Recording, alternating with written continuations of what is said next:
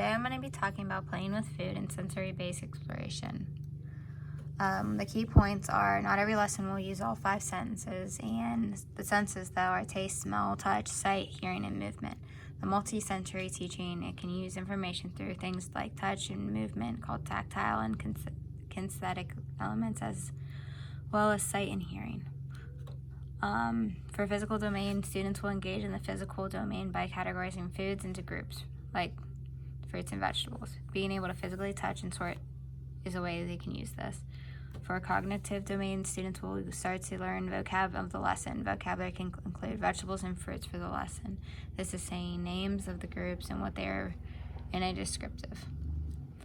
How does your multisensory station center engage in social domain is where fruits and vegetables have smell, and as a group they will be sorted into groups with the sense. For example, an orange has the smell, and the students will see that and categorize that.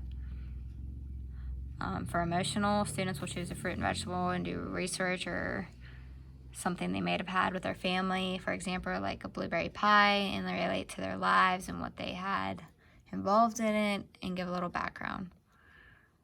For language and literacy domain, the students will create a narrative with their fruit and vegetable, like the blueberry one, and give a little backstory on it with their family.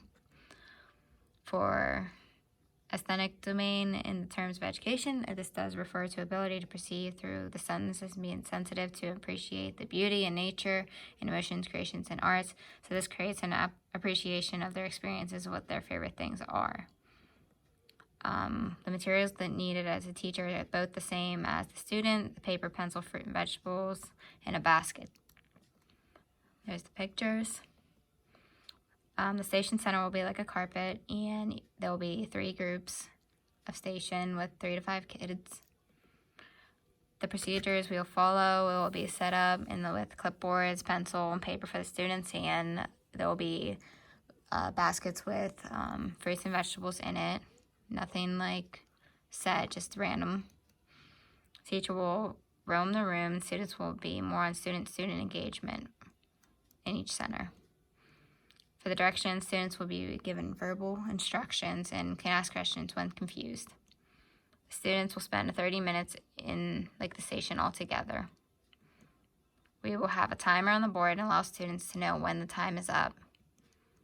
I will have a checklist to accept the students throughout the lesson and have class questions at the end, like an exit slip, along with the narrative to check them.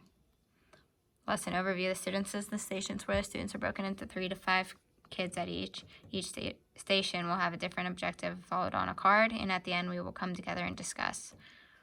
Directions will explain the objectives at each station, split up the students with the list that I will have, and allow them to break up and go. The station time will be 10 minutes at each and allow for a good learning experience. The length can be 30 minutes altogether, but preparation will be an hour. Overall, this lesson will show the senses and how they can play in the lesson again. These senses are taste, smell, touch, sight, and hearing, and movement.